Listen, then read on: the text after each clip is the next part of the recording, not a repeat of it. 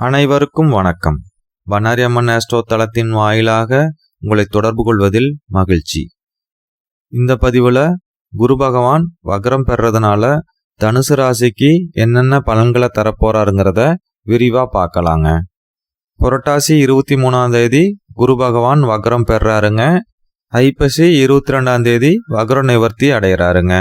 ஆங்கில தேதிகளில் பார்த்தோன்னா அக்டோபர் 9ஆம் தேதியிலிருந்து வக்ரமாக இருப்பாருங்க. பிப்ரவரி 4ஆம் தேதி அடுத்த வருஷம் வக்ர நிவர்த்தி அடைகிறாருங்க.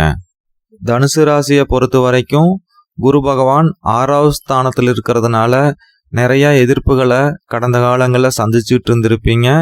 எதிர்ப்புகளையோ பிரச்சனைகளையோ பார்க்கும்போது ஒதுங்கி போயிடலாங்கிற எண்ணங்கள் கடந்த காலங்களில் இருந்திருக்குங்க. அதுபோல தாங்க ஒதுங்கியே இருந்திருப்பீங்க. இப்போ குரு வக்ரம் பெற இந்த காலகட்டங்கள் அந்த மாதிரி இருக்காதுங்க.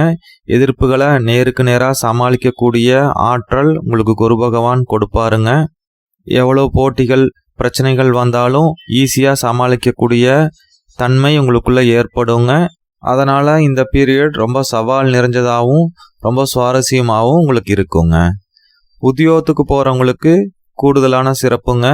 உத்தியோகத்தில் உயர் பதவிகள் கிடைக்குங்க. கூடுதல் பொறுப்புகள் உங்களை தேடி வருங்க. ஒரு மாற்றத்தையும் முன்னேற்றத்தையும் உத்தியோகத்தில் எதிர்பார்க்கலாங்க. இருக்கிற இடத்துலையே உயர் பதவிகள் ஒரு சிலருக்கு கிடைக்கலாங்க. வேலை மாற்றத்துக்காக ட்ரை பண்ணிட்டு இருக்கிறவங்களுக்கும் இந்த காலகட்டங்கள் ரொம்ப உகந்ததாக இருக்குங்க. நல்ல சம்பளத்தோட புதிய வேலை உங்களுக்கு கிடைக்கிறதுக்கான வாய்ப்புகள் அதிகங்க. அதே போல தாங்க புதுசாக வேலைக்காக முயற்சிக்கிறவங்களும் இந்த காலகட்டங்களில் ட்ரை பண்ணும்போது நல்ல வேலை கண்டிப்பாக கிடைக்குங்க. உத்தியோகத்துக்கு போகிறவங்களை பொறுத்த வரைக்கும் நல்ல சம்பளம், கூடுதல் பொறுப்பு, பதவி உயர்வு இது எல்லாமே கிடைச்சாலும் போட்டிகளும் ரொம்பவே வலுவாக இருக்குங்க. உங்களோட திறமைகளை வளர்த்திக்கிட்டு போட்டிகளை சமாளிக்கும் போது தாங்க இன்னும் கூடுதலான வளர்ச்சி உங்களால் அடைய முடியும். அதனால் ஒரு பாசிட்டிவான மைண்ட் செட்டோட இந்த குரு வக்ர பயிற்சியை எதிர்கொண்டா ரொம்ப சூப்பரான பலன்கள் கண்டிப்பாக கிடைக்குங்க. அடுத்ததாக கோர்ட்டில் வழக்குகளை சந்திச்சிட்டு இருக்கிறவங்களுக்கு இந்த வழக்குகள்லாம் ஒரு முடிவுக்கு வர்றதுக்கான வாய்ப்புகள் உண்டுங்க. அதே போல தாங்க ஏதாவது பிரச்சனைகளில் மாட்டிகிட்டு இருக்கிறவங்களுக்கும் அந்த பிரச்சனைகள்லேருந்து தப்பிக்கிறதுக்கான வழி உங்களுக்கு கிடைக்குங்க. கடந்த காலங்களில் அதிக பணத்தை கடனாக கொடுத்துட்டு திரும்பி வராத சூழ்நிலைகள் இருந்தால் அந்த பணமெல்லாம் கொஞ்சம் கொஞ்சமாக இந்த காலகட்டங்களில் கிடைக்கிறதுக்கான வாய்ப்புகள் இருக்குங்க. அதனால் நீங்கள் பணம் கொடுத்தவங்ககிட்ட ஒரு முறைக்கு 2 முறை போய் கேட்டால் உங்களோட பணம் திரும்பி வர்றதுக்கான வாய்ப்புகள் உண்டுங்க. ஆனாலும் புதுசாக யாருக்கும் எந்த கடனும் கொடுத்துட வேண்டாங்க. அதில் கொஞ்சம் எச்சரிக்கையாக கண்டிப்பாக இருக்கணுங்க.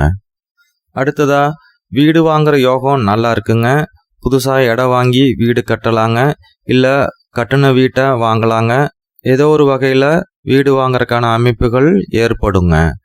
அதே போல தாங்க புதிய சொத்து சேர்க்கறதுக்கான அமைப்புகள் உண்டுங்க.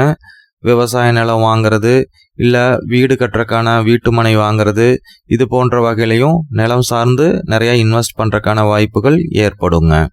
அதே போல தாங்க வண்டி வாகனங்களுக்கும் சிறப்பாக இருக்குங்க. புதிய வண்டி வாகனங்கள் மாற்றலாம்னு நினைக்கிறவங்க கண்டிப்பாக இந்த காலகட்டங்களில் செய்யலாங்க. 4வது ஸ்தானாதிபதியான குரு பகவான் 6வது ஸ்தானத்திலிருந்து வக்ரம் பெறதுனால ஒன்றை மனசில் வச்சுக்கணுங்க. எந்த சொத்து வாங்கினாலும் ஒரு கடன் ஏற்பட்டு வாங்கிறதுனால நல்ல பலன்கள் கிடைக்குங்க. இந்த காலகட்டங்களில் நிறைய இடமாற்றத்தை எதிர்பார்க்கலாங்க. ஒரு சிலர் தொழிலுக்காக இடம் மாறுவாங்க. அதே போல் உத்தியோகத்துக்காக இடம் மாறுறவங்களும் உண்டுங்க. இல்லை வாடகை வீட்டில் இருக்கிறவங்க ஒரு வீட்டு இன்னொரு வீட்டுக்கு போகிறது, இது போன்ற ஏதோ ஒரு இடமாற்றத்தை இந்த சமயத்தில் எதிர்பார்க்கலாங்க. மூலம் நட்சத்திரத்தில் பிறந்த தனுசு ராசி நண்பர்கள் தொழிலில் நிறைய தடைகளையும் தாமதங்களையும் சந்திச்சுட்டு இருந்திருப்பீங்க. எதிர்பார்த்த வளர்ச்சி தொழிலில் உங்களுக்கு கிடைச்சிருக்காதுங்க. அது மட்டும் இல்லாத கணவன் மனைவி உறவுகளை கூட சில விரிசல்களையும் கசப்பான சம்பவங்களையும் எதிர்கொண்டிருக்கலாங்க. இந்த பிரச்சனைகள் எல்லாமே பாசிட்டிவாக முடியுங்க.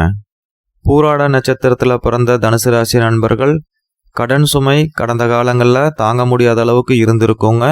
இந்த காலகட்டங்களில் கடனை குறைக்கிறதுக்கான வாய்ப்புகளே அதிகங்க. உத்திராடம் நட்சத்திரத்தில் பிறந்த தனுசு ராசி நண்பர்களுக்கு எந்த காரியத்தை எடுத்தாலும் நல்லா முடிகிற மாதிரி இருக்கும். ஆனால் அதோட பலன் உங்களுக்கு கிடைக்காது இருந்திருக்கலாங்க. அதனால் ஒரு திருப்தி இல்லாத மனநிலைமை இருக்குங்க. இந்த காலகட்டங்களில் எடுத்த காரியங்கள் உங்களுக்கு நல்ல முறையில் பலனளிக்குங்க. உங்களுக்கு திருப்தியாகவும் இருக்குங்க.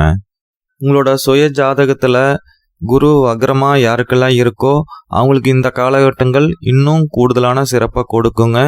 திருமணமே நமக்கு நடக்காதுன்னு இருந்தவங்களுக்கு கூட திருமணங்கள் சீக்கிரமாக நடக்கிறதுக்கான வாய்ப்புகள் ஏற்படுங்க. அதே போல தாங்க ரொம்ப நாளாகவும் குழந்தைகள் கிடைக்காது இருக்கிறவங்க கூட குழந்தை வரம் கண்டிப்பாக கிடைக்கிறதுக்கான வாய்ப்புகள் உண்டுங்க. அது மட்டும் இல்லாத பொருளாதார வளர்ச்சியும் எதிர்பார்த்த அளவுக்கு உங்களுக்கு ஏற்படுங்க. சொல்லப்போனால் சுயஜாதகத்தின்படி குரு வக்ரமாக இருக்கிறவங்களுக்கு கோச்சாரத்தில் குரு வக்ரம் அடைகிற காலத்தில் தாங்க எல்லா நன்மைகளுமே கிடைக்கும். எதிர்பார்க்காத முன்னேற்றத்தையும் கொடுக்குங்க. அடுத்ததாக குரு வக்ரம் அடைகிற இந்த காலகட்டங்களில் உடல் ஆரோக்கியத்தில் கண்டிப்பாக கவனமாக இருக்கணுங்க. வயிறு சார்ந்த தொந்தரவுகள் கூட ஒரு சிலருக்கு வரலாங்க. அதனால் உணவு விஷயத்தில் நல்ல கட்டுப்பாடு தேவைங்க. அது மட்டும் இல்லாத தொடர்ந்து எக்ஸசைஸ் பண்ணுறது, வாக்கிங் போகிறதையும் கண்டிப்பாக கடைப்பிடிக்கணுங்க. அடுத்ததாக யாருக்கும் பெரிய தொகையை கடனாக கொடுக்கறது முற்றிலுமாக தவிர்க்க வேண்டியதுங்க. அதற்கடுத்ததாக எந்த ஒரு காரியத்திலையும் ரொம்ப பிடிவாதமாக இருக்கக்கூடாதுங்க.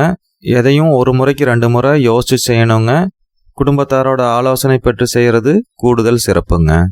மொத்தத்தில் தனுசு ராசி நண்பர்களுக்கு இந்த குரு வக்ரம் அடைகிற காலத்தில் நிறைய நன்மைகளையும் ஒரு சில சேலஞ்சஸையும் எதிர்பார்க்கலாங்க.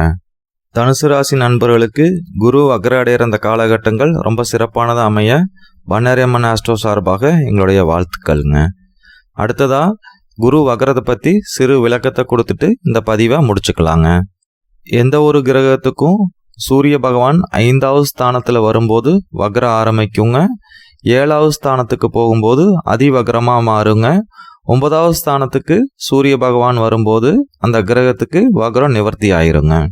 இப்போ குரு பகவானுக்கு சூரிய பகவான் 5வது ஸ்தானத்துக்கு வந்துருவாருங்க புரட்டாசி மாசத்துல. அதனால தாங்க இப்போ வக்ரம் ஏற்படுது.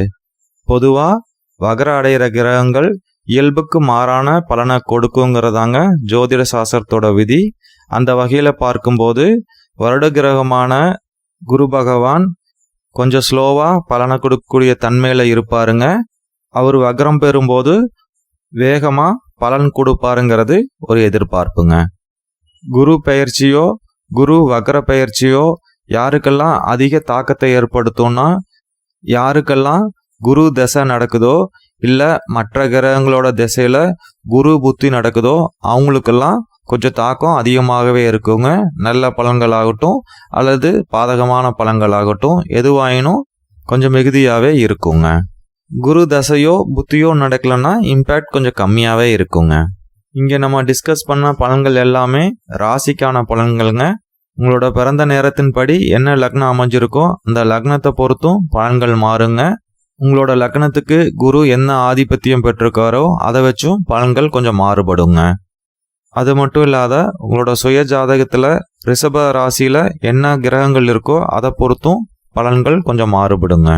உங்களோட சுய ஜாதகத்தின்படி நடக்கிற தசாபுத்திகள் சிறப்பானதாக இருந்ததுன்னா கோச்சார கிரகங்கள் கொடுக்குற கெட்ட பலன்கள் எல்லாமே ரொம்ப கம்மியாக நடக்குங்க.